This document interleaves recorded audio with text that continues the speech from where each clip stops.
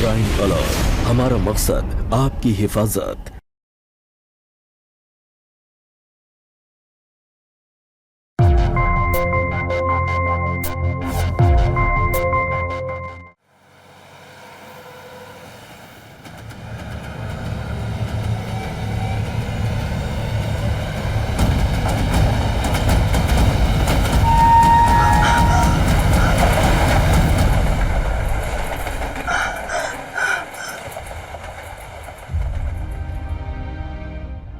अमीश, अमीश कहाँ गए? अमीश,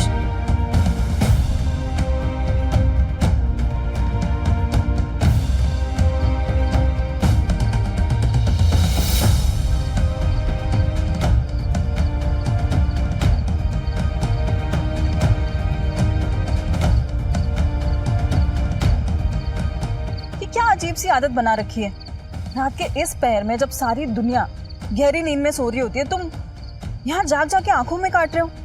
अमीश, उठो। मेरे भी नींद खराब करती हो, पता नहीं क्या सोचते रहते हो।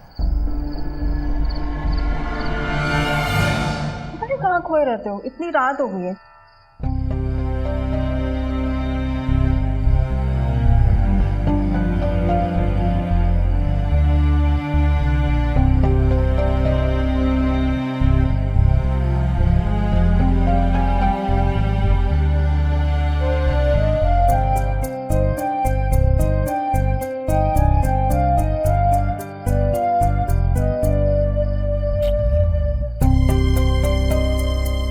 सुनो ना, मुझे नींद नहीं आ रही है, मैं तुम्हें भी नहीं सोने दूंगी।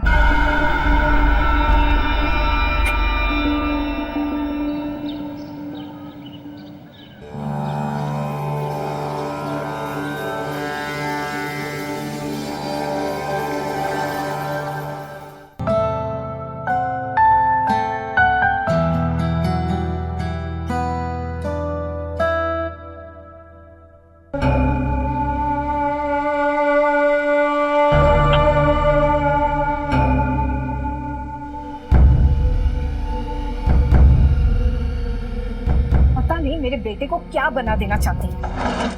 कितनी बार कहा है कि सुबह सुबह मेरे बेटे को आलू पराठे के साथ गरम गरम दूध दिया कर। घास फूस और फल फूल खाने के दिन नहीं आए हैं मेरे बेटे के। आज उपवास का आखिरी दिन है मेरा। अमीश के लिए रखा है मैंने उपवास। आज भर बर्दाश्त कर लीजिए, कल से उसे वही दूंगी जो आप चाहती है। जताना क्या चाहती है तू? हाँ, कि सारे व्रत उपवास मेरे बेटे के लिए तू ही रखती है। मैंने तो कुछ किया ही नहीं। मैंने जितने उपवास रखे हैं ना मेरे बेटे के लिए और मेरे पति के लिए, उतने तो तू 7 जन्म में भी नहीं रख सकती। तो तेरा ये व्रत उपवास ना उल्टा असर कर रहा है मेरे बेटे को। पहले मेरे बेटा कितना हंसता था, खेलता था, हर बात पे मजाक करता था, और अब मैं 10 बातें बोलूं तब जाके वो एक बात बोलता है। लगता है कि मेरा अपना बेटा मेरा अपना रहा ही नहीं।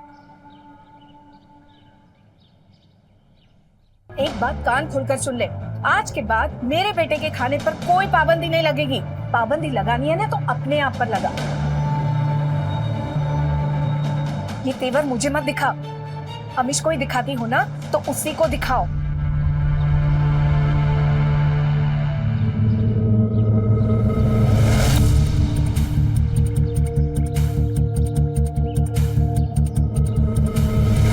देख रही हैं आप कैसी मुस्कुराहट है इनके चेहरे पर।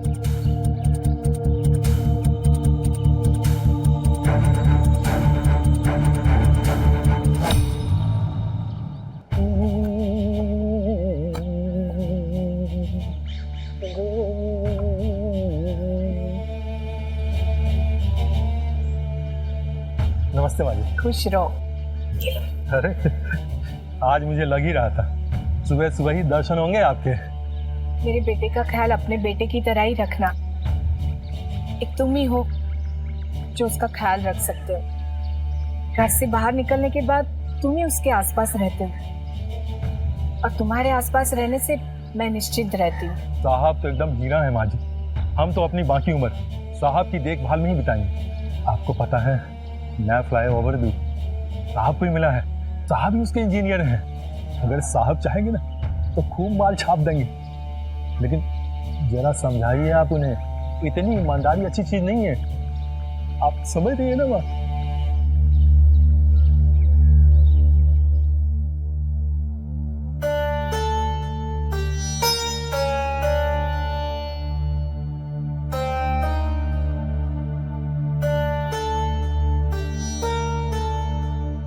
कहाँ हो? क्या सोच रहे हो? कुछ नहीं, बस यूं ही तुम्हारे बारे में सोच रहा था। मेरे बारे में? क्या? तुम कुछ दिनों के लिए अपने माँ बाप के पास तो नहीं चली जाती? क्या है ना कि माँ थोड़ी शांत हो जाएंगी। हर रोज किसी ना किसी बहाने को ढूंढती रहती है तुमसे बहस करने के लिए। इशू ढूंढ नहीं लेती हूँ, इशू वो खुद ही पैदा कर लेती। मैं तो कहती हूँ माँ को थोड़े दिन हरिद्वार भेज दो, कन्या चाची के पास। थोड़े दिन भजन कीर्तन करेंगी तो उनका भी मन हल्का हो जाएगा। सही कह रही हो बहू। मैं भी सोच रही थी कि अगले हफ्ते हरिद्वार चली जाऊं। मेरे उपवास शुरू हो रहे हैं ना, सोचा वहीं जाकर करूंगी। तू ना अगले हफ्ते की मेरी हरिद्वार की टिकट कटा दे। अब तो हरि का द्वार ही मेरे लिए ठीक है। तिनका तिनका करके जिस घर को बनाया वही घर मुझे काटने दौड़ता है। मेरी टिकट कटा देना। हाँ,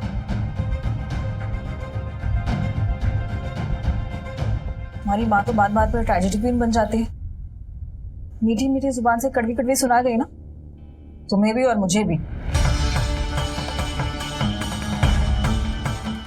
रात को खाने पर इंतजार मत करना, देर हो जाएगी।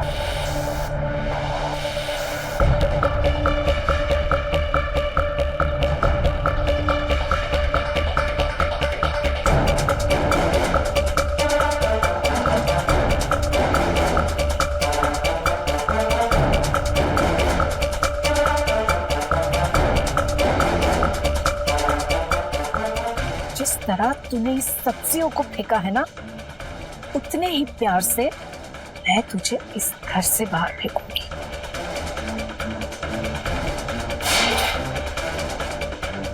बहू, बहू बेटा,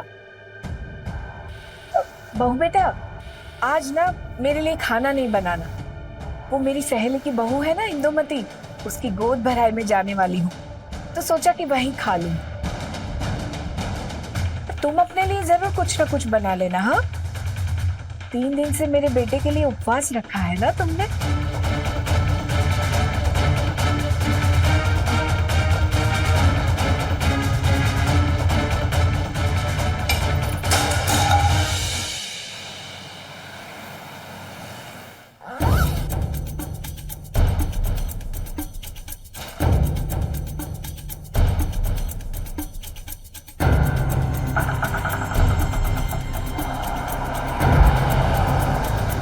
अरे रुको रुको, ये किसकी गाड़ी है भाई साहब? गिरजा देवी ने बुक किया है हरिद्वार जाने के लिए।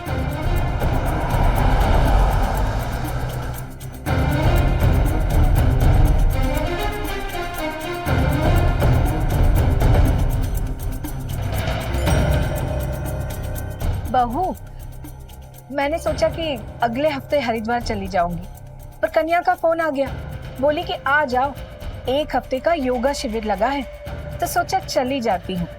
तुम अपना ख्याल रखना और अमीश का भी।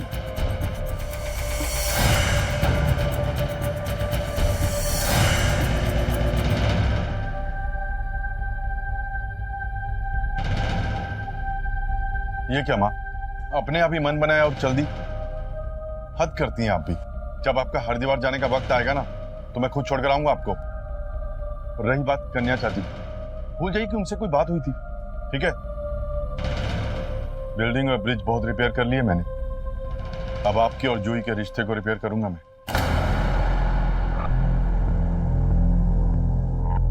ये लो, माँ का सामान उनके कमरे में रख दो। मैं जाकर टैक्सी वाले को वापस भेज दूँ।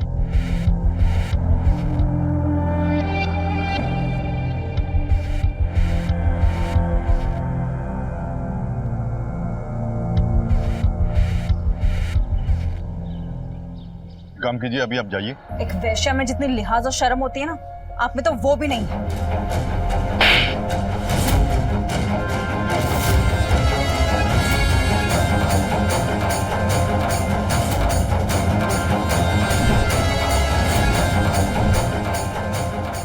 आज तो क्या, मैं कभी भी हरिद्वार नहीं जाऊंगी। पूरी जिंदगी यहीं रहकर तुम्हारी छाती पर मूंग दलूंगी।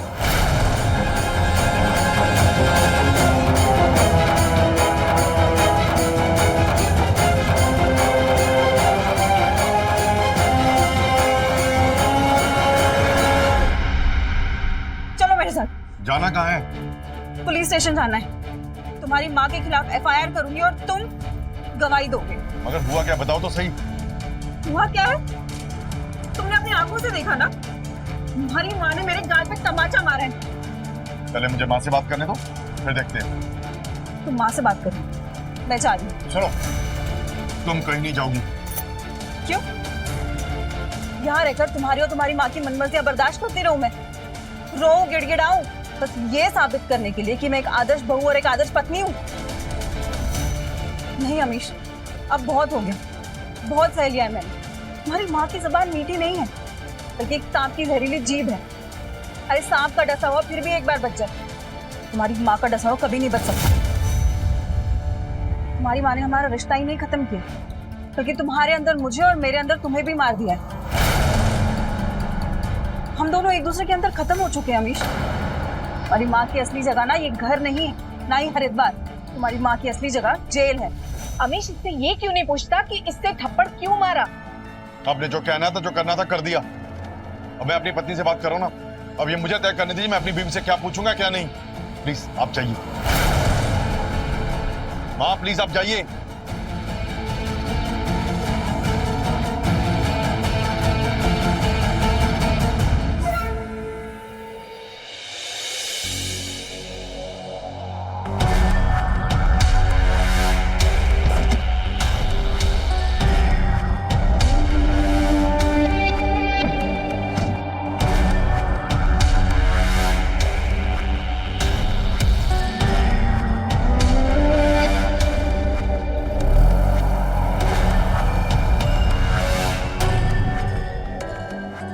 अभी तो मेरे बेटे को ले गई है ना, तो बहुत जल्द तुझे इस घर से हमेशा हमेशा के लिए निकाल दूंगी।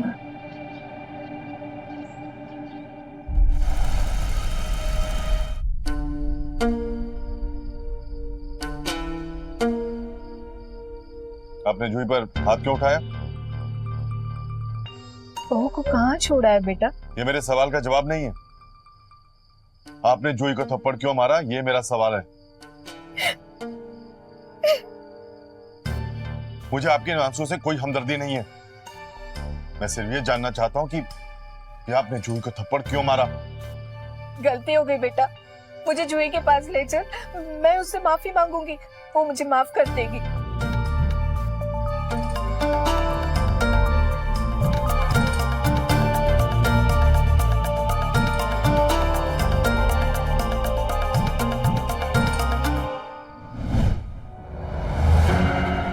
चलो, माँ का सामान उनके कमरे में रख दो।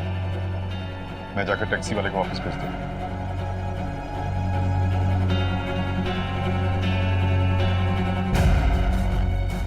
आपको पता है ना, आपका बेटा आपके लिए कुछ भी कर सकता है।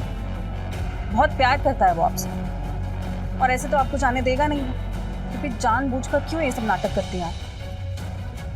आज आप मुझे साफ साफ बता दीजिए, क्योंकि अब और बर्दाश्त नहीं होता मुझसे। आपने मुझे चैन से जीने ही नहीं दी, और ना ही कभी अपने बेटे को बताया कि अपनी पत्नी के प्रति उसका क्या फर्ज है। आपके बेटे को तलाक देने के लिए तैयार हूं।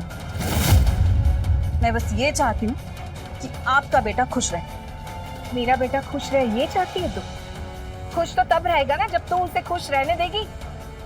तू तो उसे अपना पूछ बना के रखना चाहती है कि मेरा बेटा तेरे पीछे धूम दबाता हुआ भागता रहे। हाँ, वो एक माँ का बेटा भी है, उसे बेटा ही रहने दे।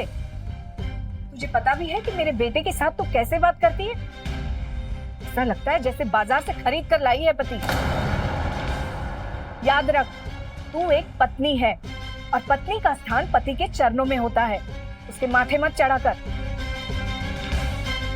उस दिन मेरा बेटा थक हार कर थोड़ी देर बाहर क्या बैठा, तू तो उसे खींच कर अपने कमरे में वापस ले गई। प्लीज चलो, मेरे को नींद आ रही है। चलो अब, मेरे भी नींद खराब कर तू। पता नहीं क्या सोचते रहते हो।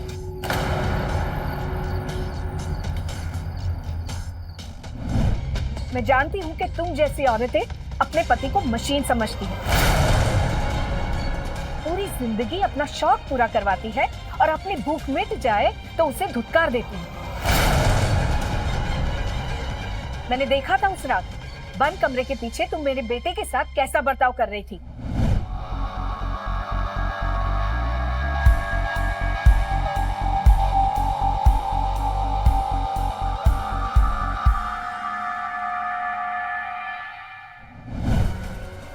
कितनी गंदी औरत है ना, कितनी गिरी हुई है। अरे अपने जवान बेटे और बहू के कमरे में झांकती हैं आप। छी, घिन आती है मुझे आपको देखकर। आपको ना किसी अमीर खानदान की मालकिन नहीं, बल्कि कोई कोठा चलाने वाली होना चाहिए। अरे एक वैश्या में जितना लिहाज और शर्म होता है ना, उतना भी नहीं है आप में।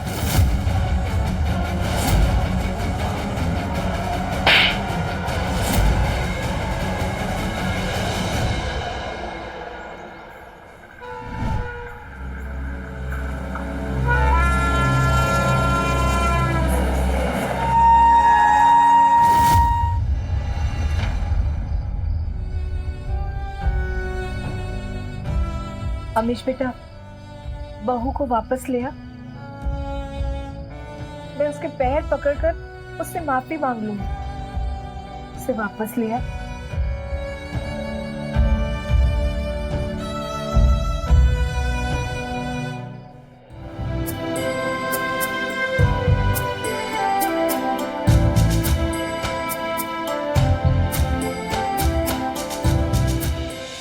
मैंने अमीश से वादा किया था बहू के वापस आते ही उससे माफी मांगूंगी।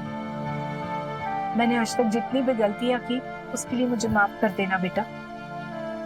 तुम सही कहती हो, मेरा बेटा मुझसे बहुत प्यार करता है। मेरा सौभाग्य है कि मैं उसकी माँ हूँ।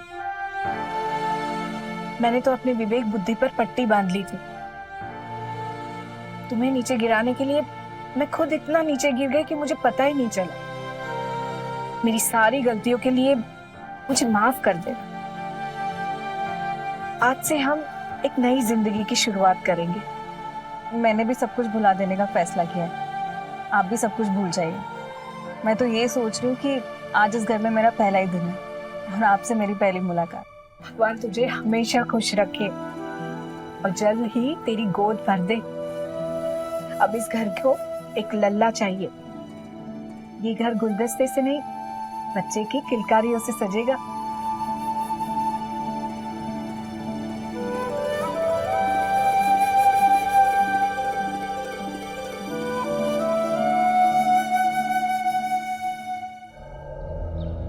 सास और बहू के इस अनोखे मिलन से ऐसा लगा जैसे परिवार का पुनर्जन्म हुआ है। अमीश का टूटा हुआ आत्मविश्वास फिर से लौट आया। उसे अपनी माँ और पत्नी से जो शिकायतें थी वो बर्फ की तरह पिघल गई। नमस्कार, मैं हूं अमित पचौरी और आप देख रहे हैं क्राइम अलर्ट। जूही ने ठीक 11 महीने बाद एक प्यारी सी बिटिया को जन्म दिया, जिसका नाम सबने मिलकर ज्योति रखा। ज्योति की रौनक ने वाकई अमीश की जिंदगी पूरी तरह से बदल कर रख दी। अब वो ट्रेन की सीटी की आवाज से नहीं, बल्कि ज्योति की किलकारियों की आवाज से जागने लगा था। घर का माहौल पूरी तरह से सुलझ चुका था, एक नई उमंग आ चुकी थी। लेकिन कहीं ना कहीं दबे पांव एक अनहोनी दस्तक दे रही थी, जिसका अमीश को जरा भी अंदाजा नहीं था। जो इल्जाम सास ने बहू पर लगाए थे और बहू ने सास पर, वो इल्जाम जख्म से नासूर बन गए, ऐसे नासूर जिनको भरना लगभग नामुमकिन था। बदलते वक्त के साथ साथ सास बहू का संग्राम फिर से शुरू हो चुका था। क्या हुआ? बड़ी रोमांटिक हो गई आजकल तुम, जब से ज्योति हुई है। पहले तो बिल्कुल रोमांटिक नहीं थी तुम। अच्छा,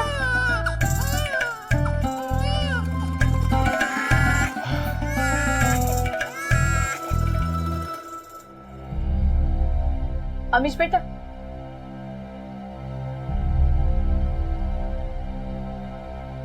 गाल तो साफ कर लो, लोग क्या कहेंगे? लिपस्टिक लगी थी। अच्छा बेटा, ये प्रॉपर्टी के कागजात है, तुम्हारे पापा ने मेरे नाम किए थे। मैंने वकील से कहकर इसे तुम्हारे नाम करवा लिया है और नॉमिनी में ज्योति का नाम रखा है।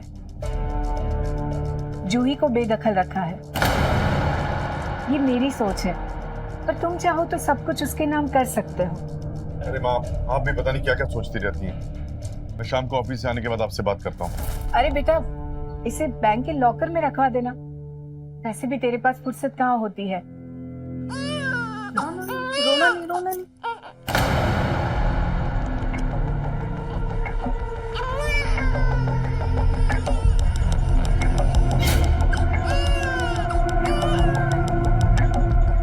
माँ, मैं आपके साथ बैठ के समय बिताने की कोशिश करूंगा। अभी चलता हूँ।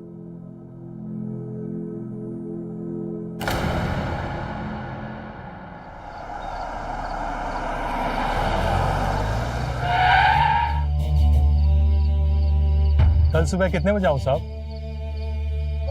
कल 1 घंटा देरी से आना। तो क्या है ना कि बड़े दिन से माँ से बातचीत नहीं हुई है, इसी बहाने 2-4 बातें ज्यादा कर लूंगा। ठीक है साहब।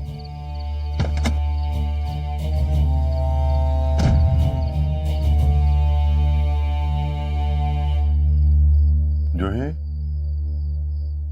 जूही,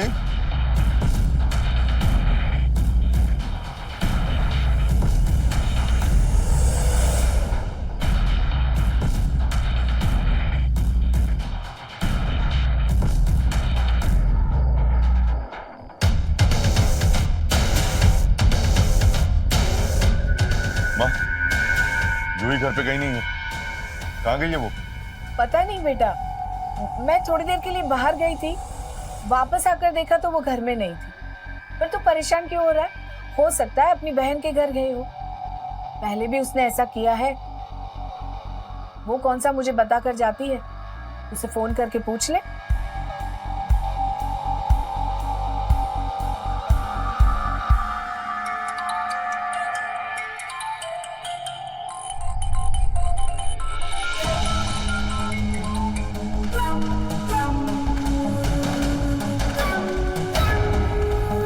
फोन यहीं छोड़ गई।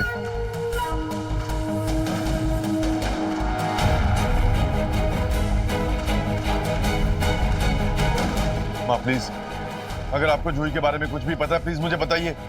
वो ज्योति को भी अपने साथ ले गई है और उसका फोन भी घर पे पड़ा है। देख, इस बार मेरी कोई गलती नहीं है।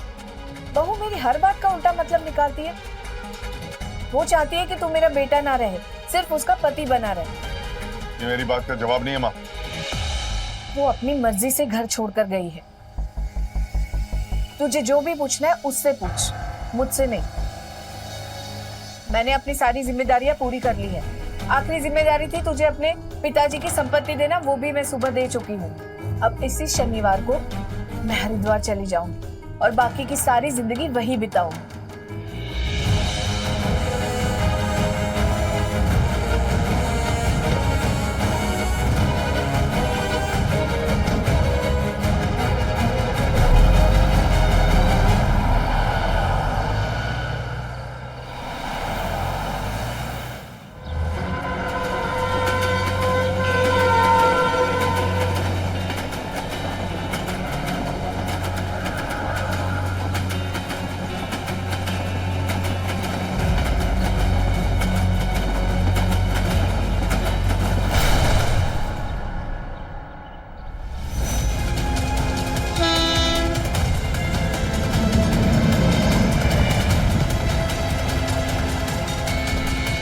जिंदगी यहीं रहकर तुम्हारी छाती पर मूंग डालूंगी। वो चाहती है कि तुम मेरा बेटा ना रहे, सिर्फ उसका पति बना रहे। अपनी माँ का अंतिम संस्कार करके ही आना मेरे पास।